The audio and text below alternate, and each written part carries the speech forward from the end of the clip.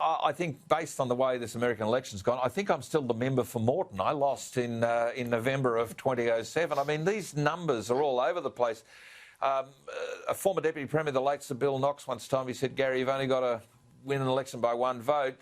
You take it, find that person, promise and commit to do something for them. This is very, very close.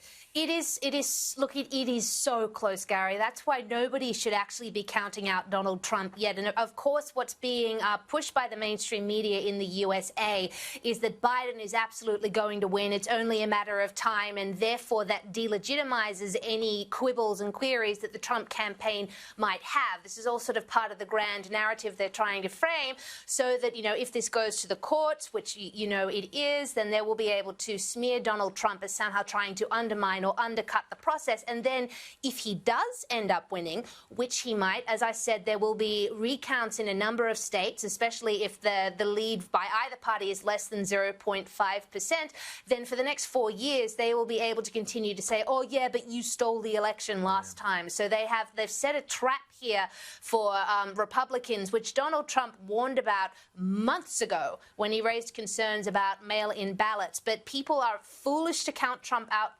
yet. Georgia's way too close to call. That will need to be recounted. Pennsylvania is going to be a knife edge, though there's an automatic recount triggered in Pennsylvania if the margin is short enough. The Republicans are very confident at this point mathematically that they are going to win Arizona when the rest of the votes come in. Let's see whether they're right or not. There was a report of about 17,000 military ballots that might be coming in Georgia, which are pegged to probably favour Trump.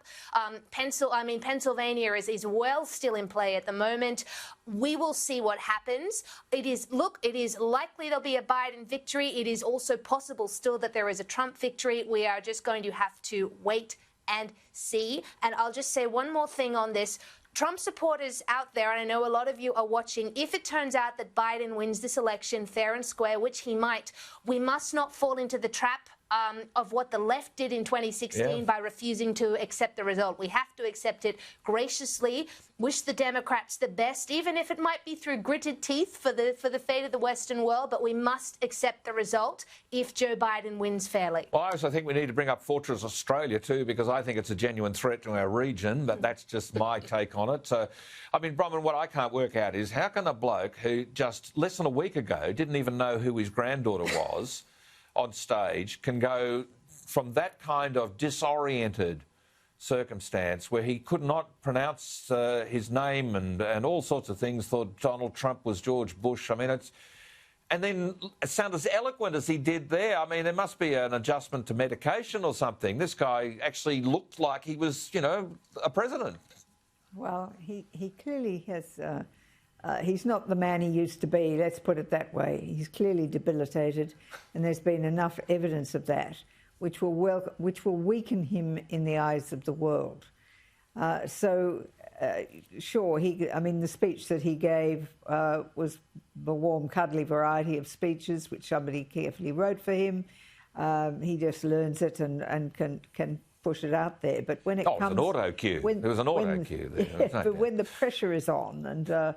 he has to be making quick switching and so on, which is, as you know, Gary, that's what politics is all about. You've got to be able to switch from one situation to another within a twinkling of an eye.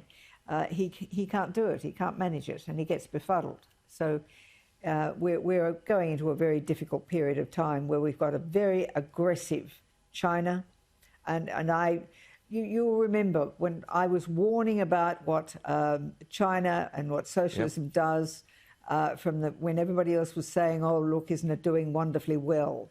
Because I know what socialism can do. I might be the world's biggest expert, but I certainly have studied it. I know what to expect.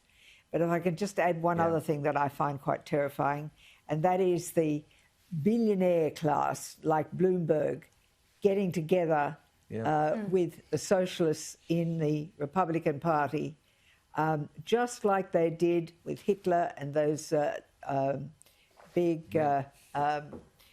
oligopolist organisations got behind Hitler and enabled him to be financed and indeed win a vote through various deals that he did with other parties in the Reichstag. So it does give you that chilling feeling of living in a dangerous time where we're seeing a person elected who is, to be very kind.